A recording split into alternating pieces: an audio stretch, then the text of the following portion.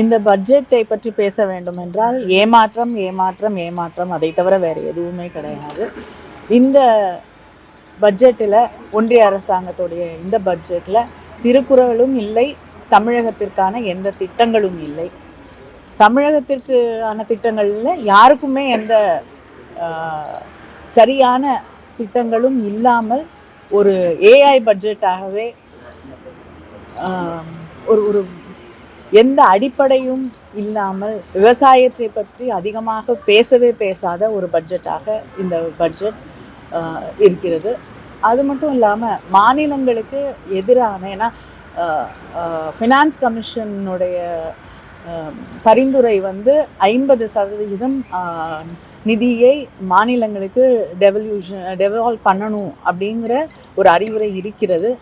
அதே தான் மாநிலங்கள் தொடர்ந்து கேட்டுக்கொண்டிருக்கிறது. தமிழ்நாடும் நம்முடைய முதலமைச்சர் அவர்களும் இந்த கோரிக்கையைத்தான் மீண்டும் மீண்டும் வலியுறுத்தி கொண்டிருக்கிறார்கள். ஆனால் அதை கணக்கிலேயே எடுத்துக்கொள்ளாமல் 41% என்று இன்றைய பட்ஜெட்டில் கூட நிதியமைச்சர் அறிவித்திருப்பது மாநிலங்களுக்கு எதிரான, மாநிலங்களுக்கு ஒரு மிகப்பெரிய அநீதியை செய்திருக்கக்கூடிய ஒன்று. காலையிலே முதலமைச்சர் அவர்கள் அவருடைய ஒரு ஸ்டேட்மெண்ட்டில் சொல்லியிருந்தாங்க, தமிழ்நாட்டுக்கு வரவேண்டிய நிதி அதை பற்றி இந்த பட்ஜெட் ஏதாவது பேசுமா, கல்விக்கான நிதியை பற்றி இந்த பட்ஜெட்டில் நமக்கு ஒரு தெளிவு பிறக்குமா என்று கேட்டிருந்தார்கள். எதற்கான ஒரு தெளிவும் இல்லாத ஒரு பட்ஜெட்டாக இருக்குது.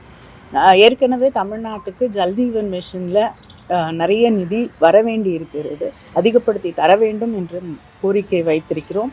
இப்பொழுது அதையும் குறைத்திருக்கிறார்கள். அப்படி மாநிலங்களுக்கு எதிரான பல்வேறு விஷயங்களை கொண்டிருக்கக்கூடிய ஒரு பட்ஜெட்.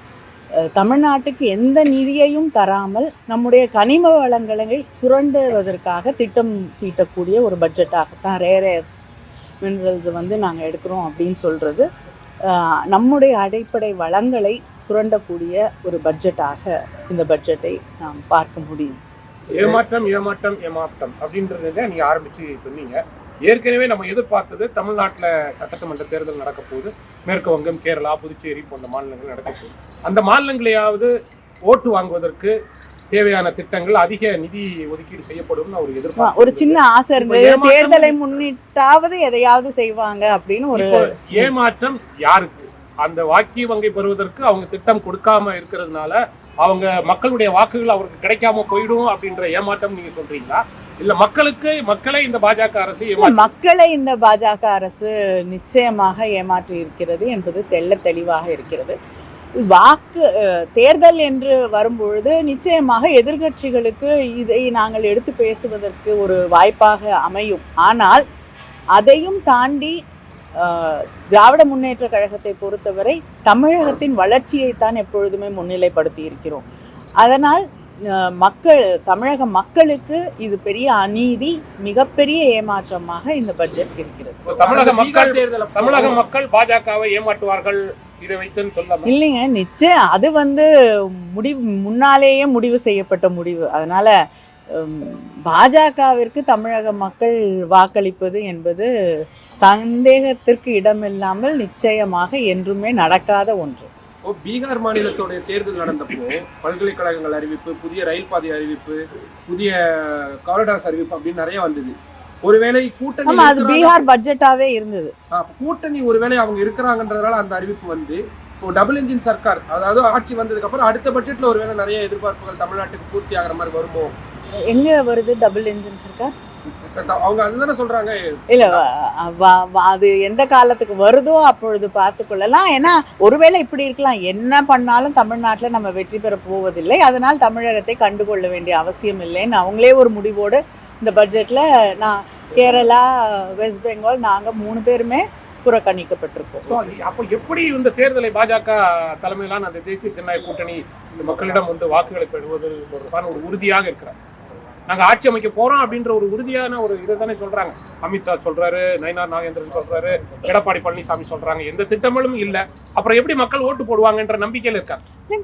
நம்பிக்கை, கனவு அப்படிங்கிறது எல்லாருக்குமான உரிமை. அந்த கனவில் அவர்கள் இருக்கட்டும். தேர்தல் வாக்குகளை எண்ணும் பொழுது கனவுகள் கலையும். நீ சொன்னி கனிம வளங்களை, தமிழ்நாட்டில் உள்ள கனிம வளங்களை சுரண்டுவதற்காகத்தான் இந்த இதுல வந்து கவனம் செலுத்தப்பட்டிருக்கிறதுன்னு சொல்றீங்க. ஏன்னா ஒடிசால இருந்து நீங்க தமிழ்நாடு வரை கன்னியாகுமரி வரைக்கும் ஒரு காரிடாரை கொண்டு வராங்க. யார் மூலமா இந்த கனிமங்களை அவர்கள் இது நிச்சயமா தனியார் நிறுவனங்களுக்கு, கார்ப்பரேட் நிறுவனங்களுக்கு இந்த கனிம வளங்களை தாரை வார்த்து கொடுப்பதற்கான ஒரு திட்டம். இதை தாண்டி வேற ஒன்றும் இல்லை. நிச்சயமாக இதை நாம் ஏற்றுக்கொள்ள முடியாது. வழக்கமா திருக்குறளாவது சொல்லுவாங்க. அதாங்க இந்த ஆண்டு பட்ஜெட்ல திருக்குறளும் இல்லை, திட்டங்களும் இல்லை. தமிழ்நாட்டையே நிதியமைச்சர் மறந்துட்டாங்க அப்படின்றீங்களா? நிதியமைச்சர் தமிழ்நாட்டிலே பிறந்தவர், இதுவரைக்கும் திருக்குறளை சொல்லிட்டு தான் ஒரு பட்ஜெட்டை அவங்க தாக்கல் பண்ணுவாங்க, இடையிலேயாவது பேசுவாங்க.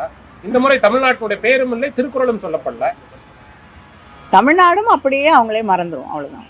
செய்திகளை உடனுக்குடன் தெரிந்து கொள்ள கீழ்கண்ட கேபிள் மற்றும் டிடிஹெச் நெட்வொர்க்குகளில் எம்நாடு செய்தி தொலைக்காட்சியை காணுங்கள். பாதகம் செய்பவரை கண்டால் நாம் பயம் கொள்ளலாகாது பாப்பா. மோதி மிதித்து விடு பாப்பா, அவர் முகத்தில் உமிழ்ந்து விடு பாப்பா. அண்மை செய்திகளை உடனுக்குடன் தெரிந்து கொள்ள இணைந்திருங்கள் எம்நாடு தொலைக்காட்சியுடன்.